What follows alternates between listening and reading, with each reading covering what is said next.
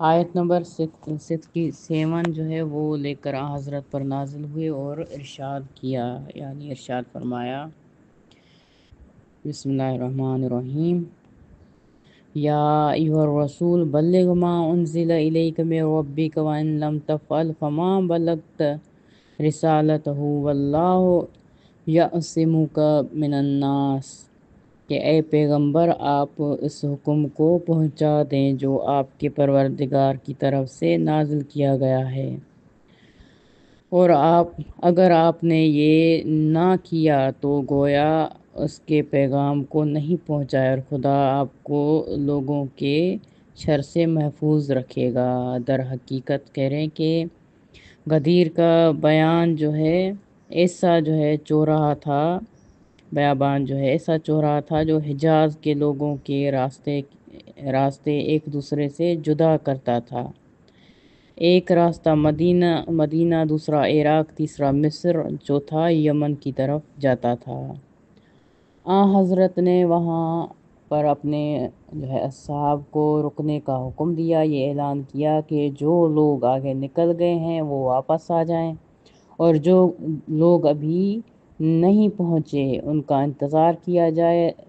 90,000 بعض کے بقول 1,14,000، بعض کے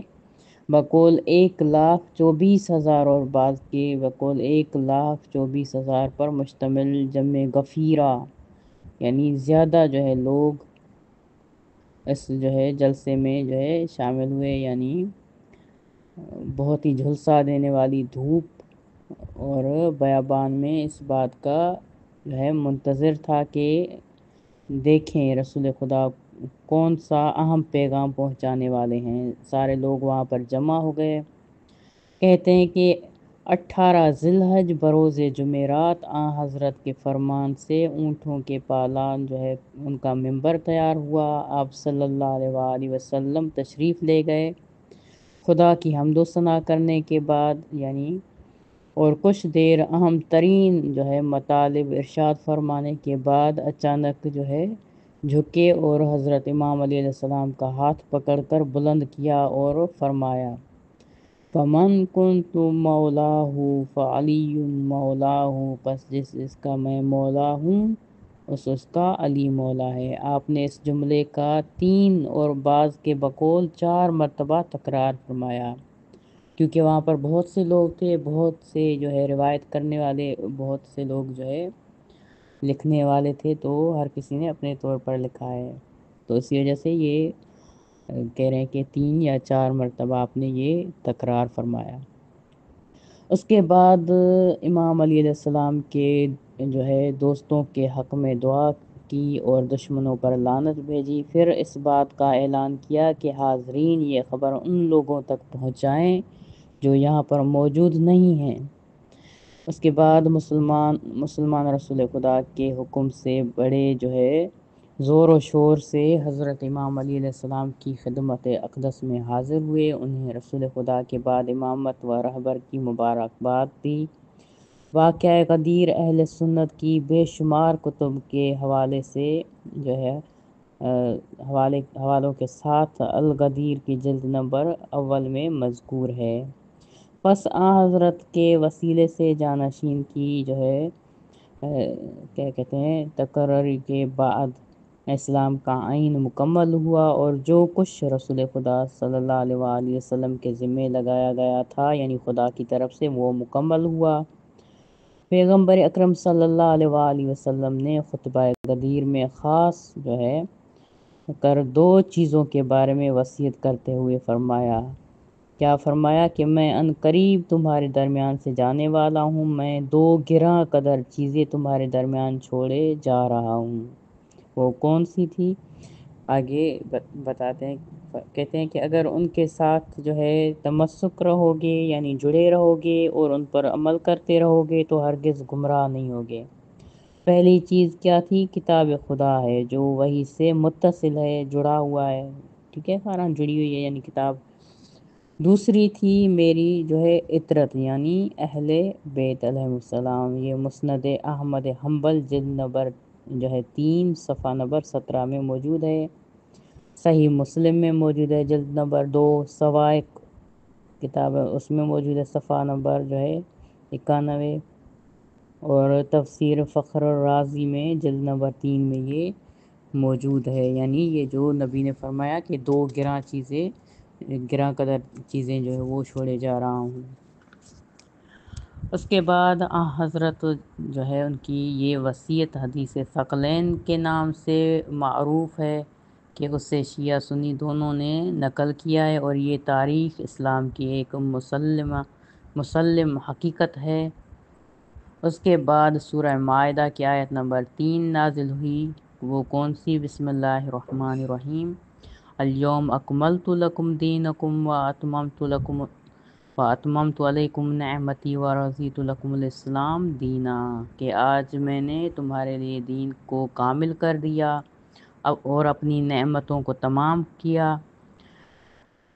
کر دیا ہے، اور تمہارے لیے دین اسلام کو پسندیدہ بنا دیا ہے۔ پیغمبر خدا نے تکبیر کہی، اس کے بعد لوگ بڑے زور و شور سے حضرت امام علیہ السلام کی خدمت میں آئے اور انہیں جو ہے اس منصب جلیلہ پر فائز ہونے پر مبارکباد دی۔ معروف و مشہور لوگوں میں سے حضرت ابوبکر اور حضرت عمر حضرت علی کی خدمت میں حاضر ہوئے، اور دونوں نے جو ہے جداگانہ طور پر کہا، بخن بخن لک ابن ابی طالب،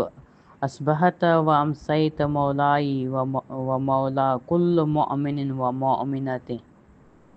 اے ابو طالب کے فرزند، آپ کو مبارک ہو کہ آپ نے صبح و شام اس حال میں کی ہے کہ آپ جو ہے میرے تمام مومنین و مومنات کے مولا بنے۔ یہ کتاب الغدیر جلد نمبر 1 میں موجود ہے۔ اس کے بعد جو اگلا ٹاپک اس کے حوالے سے جڑا جو ہے وہ ہے حضرت علی علیہ السلام کی امامت اور رہبری کا انکار کرنے والے جو ہے ان پر فوراً جو ہے عذاب نازل ہوا۔ وہ کون سا کہہ رہے ہیں کہ قرآن کریم کی سورہ مبارکہ معارج کی پہلی 3 آیات اسی واقعے کی طرف اشارہ کرتی ہیں کہ واقعہ غدیر اور امام علی علیہ السلام کی رہبری کا انکار کرنے پر فوراً جو ہے عذاب نازل ہوا۔ کہتے ہیں کہ سأل سائل بعذاب واقع للکافرین لیس لہ دافع من اللہ ذی المعارج،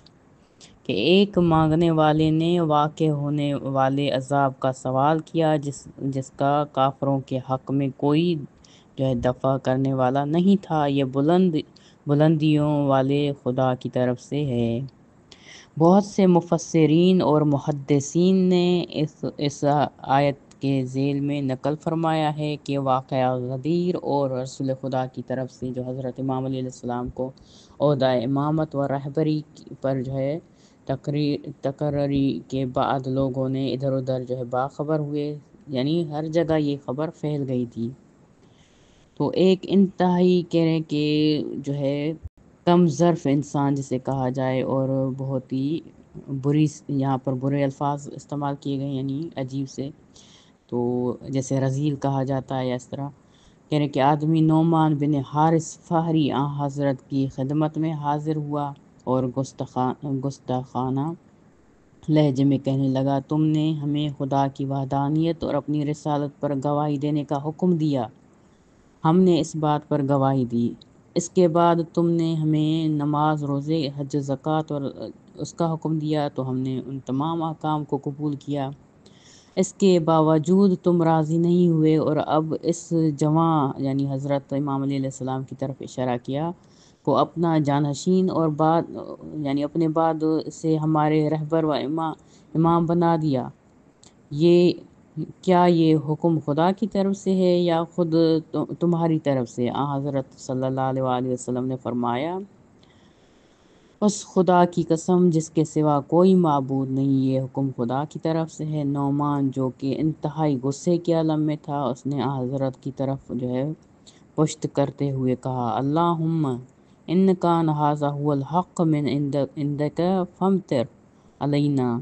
حجارۃ من السماء، خدایا اگر یہ بات حق ہے تو تیری طرف سے ہے، تو آسمان سے میرے اوپر پتھر برسا۔ یہ جملے نکلنے کی دیر تھی کہ آسمان سے اس پر پتھر نازل ہوا، وہ زمین پر جو ہے لوٹنے لگا اور واصل جہنم ہو گئے۔ یہی مقام ہے کہ جہاں سورہ معارج کی پہلی 3 آیات جو ہے وہ نازل ہوئی۔ مجمع البیان یہ جلد نمبر 10، الغدیر جلد نمبر 1 میں یہ موجود ہے۔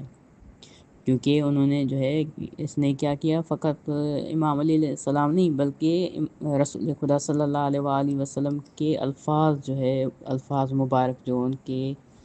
جو ہے منہ سے جو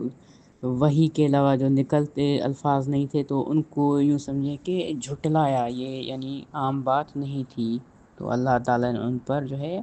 یہ عذاب جو ہے نازل کیا۔